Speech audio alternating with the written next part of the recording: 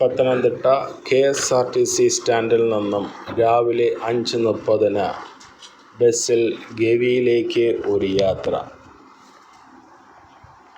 കണ്ണു നിറയെ കാട് കണ്ട് ഒരു യാത്ര.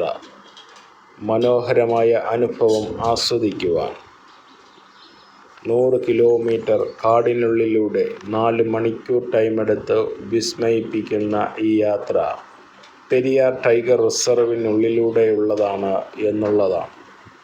വന്യമൃഗങ്ങൾ ധാരാളമായി ഇവിടെ കാണപ്പെടുകയും നമ്മൾ കണ്ടില്ലെങ്കിലും മൃഗങ്ങൾ നമ്മളെ കാണുന്നു എന്നുള്ളതൊരു വാസ്തവമാണ്.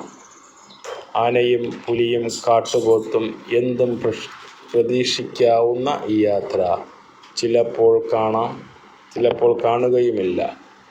പ്രതീക്ഷ അർപ്പിക്കാതെ യാത്ര ചെയ്യാൻ സാധിച്ചാൽ കുറച്ചുകൂടി മനോഹരമാണ്. ആങ്ങമൂഴിയിലെ ചെക്ക് പോസ്റ്റ് കടന്ന് വേണം പച്ചക്കാനം എസ്റ്റേറ്റ് വനത്തിനുള്ളിലൂടെയുള്ള ടൗൺ, ഹെറിറ്റേജ് ബംഗ്ലാവ് എന്നിവയൊക്കെ കണ്ട് യാത്ര തുടരാം.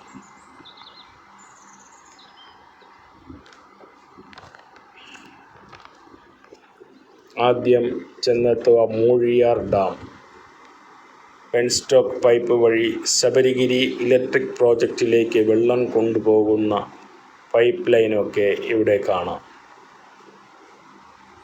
ശബരിഗിരി ഇലക്ട്രിക് പ്രോജക്റ്റിൻ്റെ പദ്ധതിയുടെ ഭാഗമായാണ് ഈ മൂഴിയാർ ഡാം.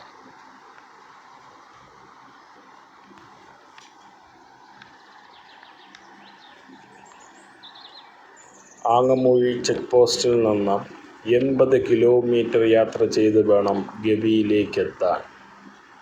അവിടെ നിന്നും വീണ്ടും യാത്ര ചെയ്ത് വള്ളക്കടവ് ചെക്ക് പോസ്റ്റ് വഴി പുറത്തേക്കുള്ള യാത്രയും.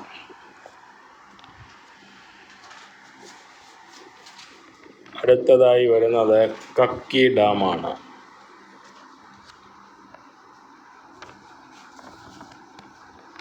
കക്കി ഡാം കഴിഞ്ഞ് എക്കോ പോയിൻ്റ്. കക്കി ഡാമിൻ്റെ നിർമ്മാണത്തിനാവശ്യമുള്ള പാറ എടുത്ത ഇടമാണ് എക്കോ പോയിൻ്റ് എന്നറിയപ്പെടുന്നത്.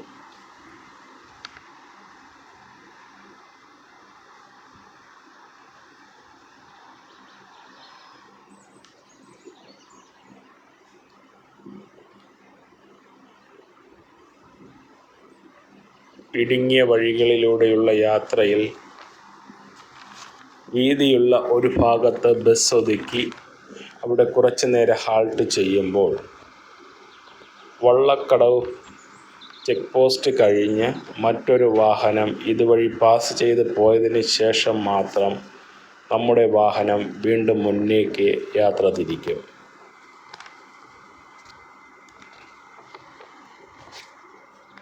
ഗവിക്ക് 2 മുഖമാണ് എന്നാണ് പറയപ്പെടുന്നത്.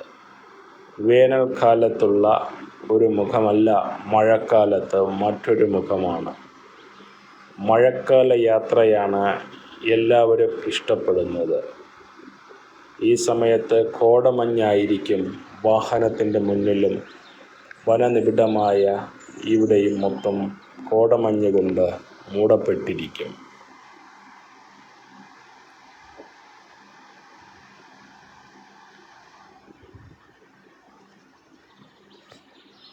സ്വന്തമായി വാഹനമുള്ളവർക്കും ഗവിയിലേക്ക് എത്താം.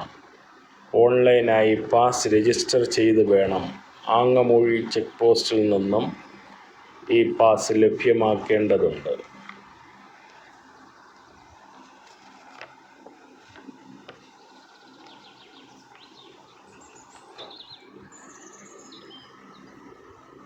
എട്ടര മുതൽ 12 വരെയാണ് ടൈം.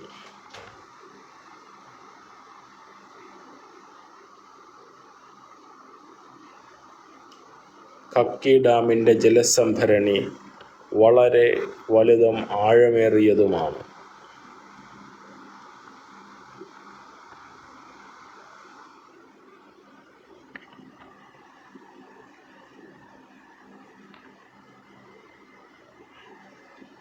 സമുദ്രനിരപ്പിൽ നിന്നും 3400 അടി ഉയരത്തിൽ സ്ഥിതി ചെയ്യുന്നതാണ് ഈ പ്രദേശം.